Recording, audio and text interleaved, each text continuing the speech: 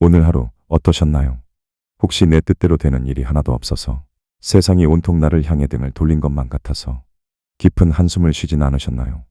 지금 이 목소리를 듣고 계신 당신은 아마도 지친 몸을 뉘었지만 쉬이 잠들지 못해 뒤척이고 계실지도 모르겠습니다. 머릿속은 엉킨 실타래처럼 복잡하고 가슴 한구석은 텅 빈 것처럼 시리겠지요. 괜찮습니다. 지금 느끼는 그 불안함, 그 외로움, 잘못된 게 아닙니다. 당신이 지금 이 인생을 그 누구보다 치열하게 살아가고 있다는 증거니까요. 오늘은 인류 역사상 가장 고독했고 몸이 부서지는 고통 속에 살았지만 결국 그 고통을 축제로 만들어버린 한 남자의 이야기를 해보겠습니다. 바로 프리드리 니체입니다. 그는 평생 지독한 두통과 구토에 시달렸고 사랑했던 사람들에게 버림받았으며 마지막 10년은 정신을 놓고 살아야 했습니다. 누가 봐도 비극이고 실패한 인생처럼 보입니다. 하지만 그는 자신의 인생을 향해 이렇게 외쳤습니다. 이것이 삶이었던가? 좋다. 그렇다면 다시 한번. 도대체 어떤 마음을 가져야 그 지옥 같은 현실 속에서도 다시 한 번을 외칠 수 있을까요? 지금부터 들려드릴 이야기는 단순한 철학 강의가 아닙니다. 당신의 무너진 자존감을 다시 세우고 상처받은 마음을 단단한 강철로 재련하는 마음의 갑옷입니다. 눈을 편안하게 감으셔도 좋습니다. 화면을 보지 않으셔도 괜찮습니다. 그저 제 목소리에 귀를 기울여 주세요. 당신의 무의식 깊은 곳으로 당신을 지켜줄 단단한 지혜가 스며들 것입니다. 첫 번째 이야기입니다. 나를 죽이지 못하는 것은 나를 더 강하게 만든다. 우리는 살면서 수많은 시련을 만납니다. 믿었던 사람의 배신, 뼈아픈 실패, 지독한 가난, 혹은 건강의 상실. 그럴 때마다 우리는 본능적으로 하늘을 원망합니다. 왜 하필 나야? 내가 뭘 그렇게 잘못했길래? 하지만 니체는 말합니다. 고통은 당신을 벌주기 위해 찾아온 것이 아닙니다. 고통은 도끼와 같습니다. 당신 내면에 꽁꽁 얼어붙은 바다를 깨뜨리기 위한 도끼 말입니다. 나무를 한번 상상해 볼까요? 바람 한 점 없는 온실 속에서 자란 나무는 겉보기엔 매끈하고 예쁩니다. 하지만 뿌리가 얕습니다. 작은 태풍만 불어도 뿌리째 뽑혀버리고 말죠. 반면 거친 비바람을 맞고 자란 야생의 나무는 어떤가요? 살아남기 위해 뿌리를 땅속 깊이, 아주 깊이 박습니다. 어둠 속으로 뻗어내린 그 뿌리의 깊이가 곧 그 나무가 뻗어 올라갈 높이를 결정합니다. 니체는 이렇게 말했습니다. 가장 깊이 내려간 뿌리만이 가장 높이 뻗어 올라갈 수 있다. 당신이 지금 겪고 있는 그 시련, 죽을 만큼 힘들고 도망치고 싶은 그 고통이 사실은 당신의 뿌리가 깊어지고 있는 시간이라면 어떨까요? 사람들은 편안한 삶을 꿈꿉니다. 아무 걱정 없이 놀고 먹는 삶을 행복이라고 착각합니다. 하지만 니체는 그런 삶을 갖추게 행복이라고 비웃었습니다. 풀 뜯어먹고 잠만 자는 소나 돼지의 행복과 다를 게 없다는 것이죠. 인간의 위대함은 안락함에서 나오지 않습니다. 인간의 위대함은 고난을 극복하는 과정에서 나옵니다. 상처받고 찢어지고 아파봐야 마음의 근육이 생깁니다. 그 굳은 살이 박혀야 비로소 세상의 어떤 비난에도 흔들리지 않는 어른이 되는 것입니다. 그러니 오늘 밤 당신을 괴롭히는 그 고통에게 이렇게 말해 주십시오. 반갑다. 내가 온 걸 보니 내가 또 한 단계 성장하려나 보구나. 너는 나를 쓰러뜨리러 온 게 아니라 나를 강하게 하러 왔구나. 피하지 마십시오. 당신을 죽이지 못하는 그 고통은 결국 당신을 위대하게 만들 걸음이 될 것입니다. 두 번째 이야기. 운명을 사랑하라. 아모르 파티. 니체가 말하는 운명을 사랑하라는 것은 단순히 될 대로 되라식의 포기가 아닙니다. 내 인생에 일어난 모든 일들, 좋은 일뿐만 아니라 끔찍하고 부끄럽고 지우고 싶은 그 모든 순간까지도 이것이 내 삶이다. 라고 필사적으로 긍정하는 태도입니다. 니체는 우리에게 무시무시한 질문을 던집니다. 상상해 보십시오. 어느 날 밤 악마가 당신 꿈속에 나타나 이렇게 속삭입니다. 너는 지금 살고 있는 이 삶을 앞으로도 똑같이 수천 번, 수만 번 반복해서 살아야 한다. 내가 겪었던 그 지독한 이별, 그 비참한 실패, 밤마다 이불을 차며 후회했던 그 실수들까지 단 하나도 빠짐없이 그 순서 그대로 다시 겪어야 한다. 자, 당신은 이 악마의 말을 듣고 어떻게 반응하시겠습니까? 제발 살려주세요. 차라리 죽여주세요. 하며 땅바닥에 구르시겠습니까? 아니면 악마를 똑바로 쳐다보며 이렇게 말하시겠습니까? 나는 이 삶을 너무나 사랑하니 수만 번이라도 기꺼이 다시 살겠다. 이 질문은 당신에게 묻습니다. 당신은 지금 다시 살아도 좋을 만큼 후회 없는 삶을 살고 있습니까? 우리는 늘 과거를 후회하고 미래를 걱정하느라 현재를 놓칩니다. 하지만 과거를 부정하는 것은 지금의 나 자신을 부정하는 것과 같습니다. 그때 그 실패가 있었기에 지금의 신중함이 생겼습니다. 그때 그 이별이 있었기에 지금 곁에 있는 사람의 소중함을 알게 되었습니다. 당신의 인생이라는 거대한 퍼즐판에서 검은색 조각도 찌그러진 조각도 모두 제자리가 있었습니다. 버릴 것은 단 하나도 없습니다. 지금 많이 힘드신가요? 그렇다면 크게 심호흡을 한번 하십시오. 그리고 마음속으로 말해보세요. 이것이 내 삶이다. 나는 내 운명을 사랑한다. 그 말이 당신의 운명을 바꿀 것입니다. 세 번째 이야기입니다. 어설픈 위로보다 냉정한 고독이 낫다. 혹시 외로우신가요? 연락처에 저장된 이름은 수백 개인데 정작 마음이 힘들 때 전화 한 통 걸 곳이 없어서 휴대폰만 만지작거린 적 있으신가요? 우리는 외로움을 마치 실패한 사람의 징표처럼 생각합니다. 그래서 억지로 약속을 잡고 별로 좋아하지도 않는 사람들과 어울려 웃고 떠듭니다. 하지만 니체는 묻습니다. 너는 군중 속에 있을 때 진정으로 행복한가? 아니면 혼자 있는 것이 두려워서 도망친 것인가? 외로움과 고독은 다릅니다.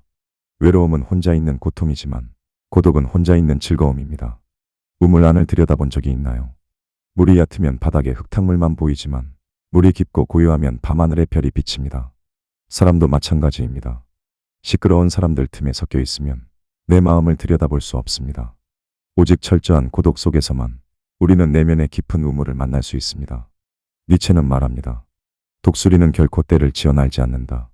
오직 파리 때만이 무리를 짓는다. 당신이 지금 외롭다면 그것은 당신이 혼자라서가 아닙니다. 당신이 남들과 다른 높이에서 세상을 보고 있다는 증거입니다. 높이 나는 새는 외롭습니다. 하지만 그만큼 멀리 봅니다. 그러니 억지로 사람을 만나려 애쓰지 마세요. 당신이 고독 속에서 단단해지고 빛이 나면 그 빛을 보고 당신과 결이 맞는 좋은 사람들이 저절로 모여들게 되어 있습니다. 네 번째 이야기. 적을 만드는 것을 두려워하지 마라. 우리는 모두에게 사랑받고 싶어하는 착한 사람 콤플렉스를 가지고 있습니다. 하지만 니체는 말합니다. 너에게 적이 있다는 것은 내가 무언가에 확고한 신념을 가졌다는 증거다.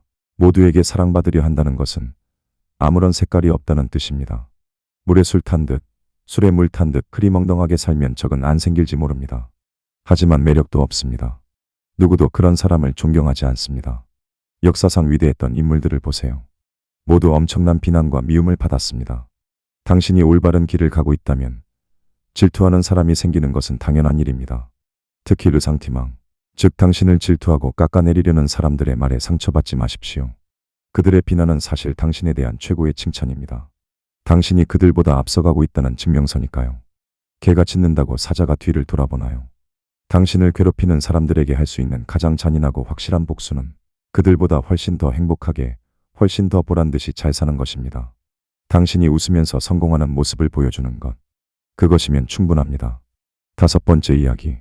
무거운 짐을 내려놓고 춤추는 어린아이가 되어라. 니체는 인간의 영혼이 세 단계로 성장한다고 했습니다. 낙타, 사자, 그리고 어린아이입니다. 첫 번째는 낙타의 단계입니다. 사막의 무거운 짐을 묵묵히 견디며 네, 알겠습니다 하고 복종하는 삶이죠. 사회가 시키는 대로 남들의 시선에 짓눌려 살아가는 우리의 모습과 닮았습니다. 두 번째는 사자의 단계입니다. 낙타는 어느 순간 깨닫고 사자가 됩니다. 나는 원한다 라고 포유하며 세상의 억압과 싸웁니다. 하지만 사자는 싸우느라 늘 화가 나 있고 긴장해 있습니다. 그래서 우리는 마지막 단계, 어린아이로 나아가야 합니다. 아이들을 보세요. 어제 친구랑 싸웠어도 오늘 만나면 언제 그랬냐는 듯 웃으며 놉니다. 과거에 얽매이지 않고 미래를 걱정하지 않고 오직 지금 이 순간에 놀이에 몰입합니다. 모래성이 무너지면 좌절해서 우는 게 아니라 파도다 하고 웃으며 다시 쌓습니다. 니체는 말합니다. 성숙해진다는 것은 어릴 적 놀이에 열중했던 그 진지함을 다시 발견하는 것이다. 어른인 척, 심각한 척하는 가면을 벗어버리세요. 인생은 심각한 전쟁터가 아닙니다. 인생은 한바탕 신나게 노는 놀이터입니다. 성공 좀 못하면 어떻습니까? 실수 좀 하면 어떻습니까? 다시 싸우면 그만입니다. 여섯 번째 이야기. 망각은 신이 내린 최고의 축복이다. 어린아이가 행복한 비결은 잘 잊어버리기 때문입니다. 우리는 나쁜 기억들을 보물단지처럼 끌어안고 살아갑니다. 10년 전의 실수, 5년 전의 상처, 어젯밤의 다툼. 하지만 소화되지 않은 음식은 배탈을 일으키듯 소화되지 않은 기억은 마음의 병을 만듭니다. 니체는 망각은 강력한 정신의 능력이라고 했습니다. 이제 그만 놓아주세요. 당신을 아프게 했던 그 기억, 뇌리에서 지워버리세요. 용서할 필요도 없습니다. 그냥 관심 자체를 꺼버리세요. 그것이 당신을 지키는 길입니다. 내일 아침에는 마치 다시 태어난 사람처럼 과거의 기억이 하나도 없는 어린아이처럼 눈을 떠보세요. 매일매일이 새하얀 도화지입니다. 거기에 어제 흘린 얼룩을 남겨두지 마세요. 마지막 7번째 이야기입니다. 너 자신이 되어라. 이제 긴 여행의 끝자락입니다.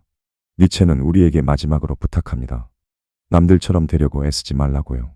장미가 해바라기를 부러워하면 비극이 시작됩니다. 당신은 당신 그 자체로 이미 하나의 우주입니다. 당신의 소심함은 신중함이라는 보석이고 당신의 예민함은 섬세함이라는 재능입니다. 있는 그대로의 나를 안아주세요. 이제 천천히 눈을 감아보세요. 이미 감고 계시다면 어깨에 들어간 힘을 툭 하고 풀어보세요. 미간의 주름도 펴고 입안의 긴장도 풀어줍니다. 지금부터 제가 들려드리는 말은 당신의 무의식에게 건네는 편지입니다. 이 말들은 당신이 잠든 사이 꿈속에서 단단한 뿌리가 되어 내일 아침 당신을 지탱해 줄 것입니다. 마음속으로 편안하게 따라 해보세요. 나는 나의 운명을 사랑합니다. 나에게 일어난 모든 일은 나를 위해 일어난 일입니다. 나를 죽이지 못하는 고통은 나를 더 강하게 만들었습니다. 나는 남들의 시선에서 자유롭습니다. 나는 나대로 삽니다. 나는 혼자일 때 충만하고 함께일 때 다정합니다. 지나간 것은 지나간 대로 둡니다. 나는 오직 오늘을 삽니다. 내 인생은 무거운 짐이 아니라 즐거운 놀이입니다. 나는 나 자신을 있는 그대로 온전히 사랑합니다. 이제 편안한 잠의 입구에 도착했습니다.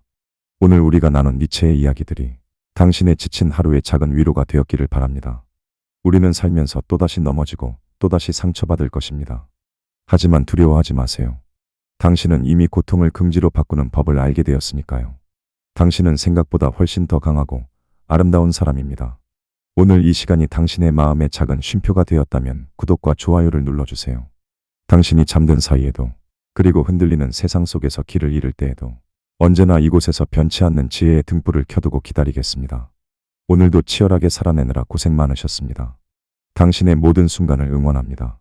지금까지 마음공부 오디오북이었습니다.